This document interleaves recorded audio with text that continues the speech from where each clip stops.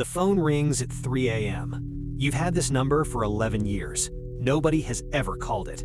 Until now. One sentence, 12 words, a phrase you memorized in a basement in Moscow before you were 25. You hang up. You sit in the dark of your apartment for 4 minutes. Then you get up and start burning everything.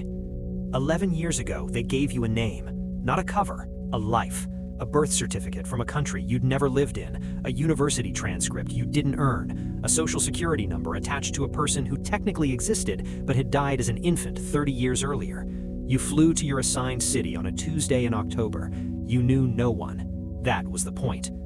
The first year is the hardest. You build slowly. An apartment, a job at a mid-level logistics company, chosen specifically because it requires no security clearance and creates no suspicion. You open a bank account, you pay taxes, you file everything correctly. You are the most compliant person in the building. Every Sunday you transmit, encrypted, 30 seconds maximum, then silence. Most weeks there is nothing to report. You report nothing, precisely, accurately, on schedule. Routine is your weapon. Routine makes you invisible. By year 3 you have friends. Real ones, or close enough. A coworker who invites you to watch football, a neighbor who brings food on holidays, a woman at the coffee shop who remembers your order without asking.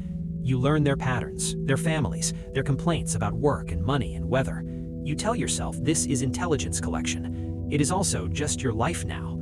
You stop thinking about Moscow as home. You tell yourself that is normal.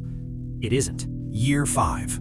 Your handler changes without explanation. The transmission protocol shifts, new encryption, new dead drop location, new signal phrase. You adapt without question. You never ask why the previous handler disappeared. You already know the answer. The previous handler made a mistake. You don't make mistakes.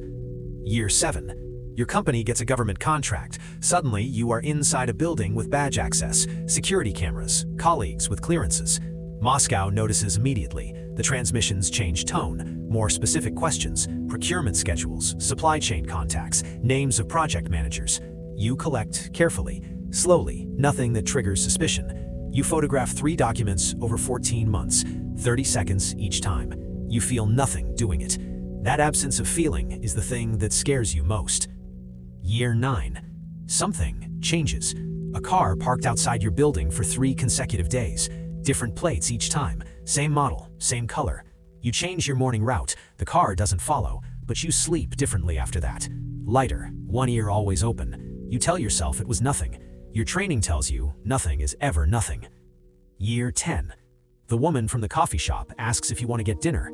You say yes before you've thought it through. 6 months later, she has a key to your apartment. This is not in the operational plan. You transmit the development to Moscow.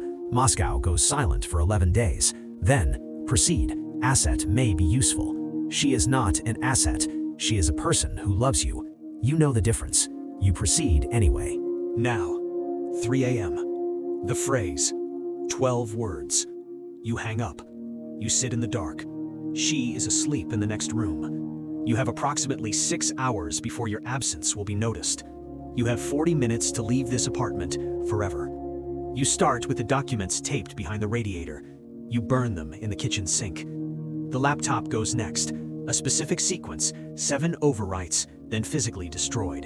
The phone that just rang gets disassembled, SIM cards snapped, components separated into 3 different trash bags. You move fast. You do not look toward the bedroom. The operational bag has been packed for 11 years. New passport, new name, new country, 70,000 euros in 3 currencies.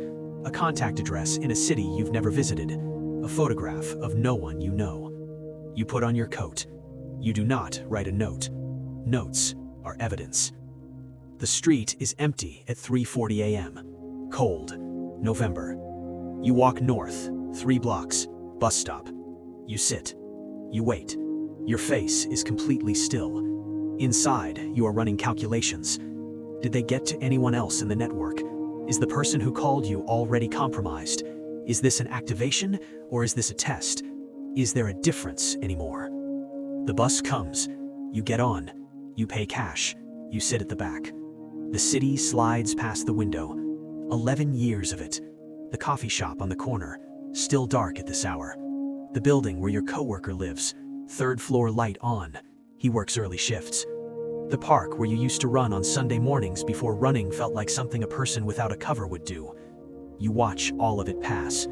You don't look back. Looking back is for people who had a choice. The contact is where they said he would be. A man you've never met.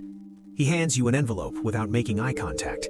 Inside, a train ticket, a hotel address, a time. You have 19 hours until the next handoff. You find a cafe near the station. You order coffee. You sit by the window. You watch the street. Somewhere behind you, in an apartment that no longer contains your life, a phone is ringing. Her phone. She is waking up, finding the bed empty, finding the apartment empty, finding nothing missing that she can name. No note, no sign, just absence where a person used to be. She will call your number.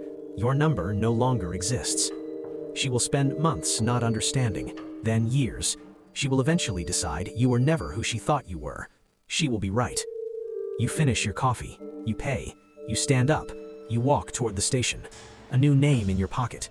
A new country at the end of a train line. The same instructions you have followed your entire adult life. Don't look back. Don't feel it. Don't stop moving. You don't look back. You don't feel it. You don't stop moving. You never do.